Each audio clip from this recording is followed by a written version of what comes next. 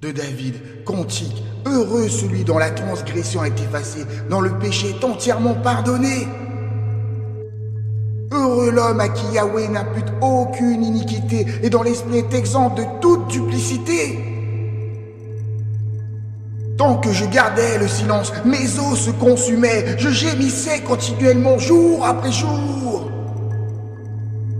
Car nuit et jour ta main pesait lourdement sur moi, ma vigueur s'évaporait comme sous l'ardeur de l'été.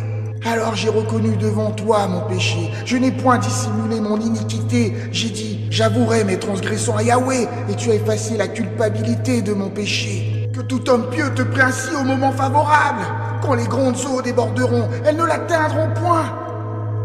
Tu es pour moi un refuge, tu me protèges de la détresse, tu m'entoures de chants de délivrance. Je t'instruirai et t'enseignerai la voie que tu dois suivre. Je te conseillerai avec bienveillance et mon regard veillera sur toi. Ne soyez pas comme un cheval ou un mulet dénué de compréhension. On les dirige avec le mors et le frein, sans quoi ils ne s'approchent pas de toi. Nombreux sont les douleurs qui accablent le méchant, mais celui qui met sa confiance en Yahweh est environné de sa bienveillance. Juste, réjouissez-vous en Yahweh et exultez de bonheur, poussez des cris de joie, vous tous qui avez le cœur droit. Juste, exultez de joie en Yahweh, la louange est un ornement pour le cœur droit. Célébrez Yahweh avec la harpe, entonnez ses louanges sur le luth à 10 cordes. Chantez-lui un cantique nouveau, exprimez votre adoration avec éclat par vos instruments et vos voix.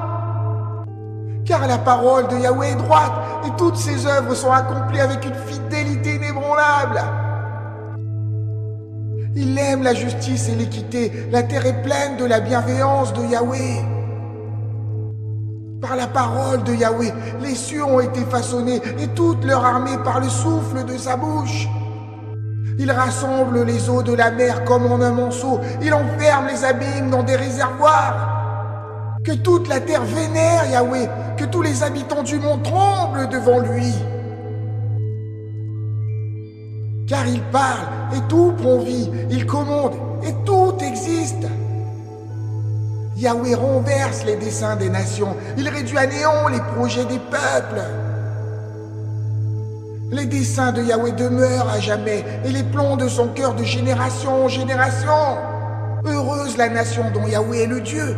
Heureux le peuple qu'il a choisi pour son héritage. Yahweh observe du haut des cieux, il contemple tous les fils de l'homme. Depuis sa demeure, il scrute tous les habitants de la terre. Lui qui façonne le cœur de chacun, qui considère toutes leurs œuvres. Ce n'est pas la grande armée qui sauve le roi, ce n'est pas la grande force qui délivre le héros. Le cheval est vain pour garantir la victoire et toute sa vigueur ne procure pas la délivrance.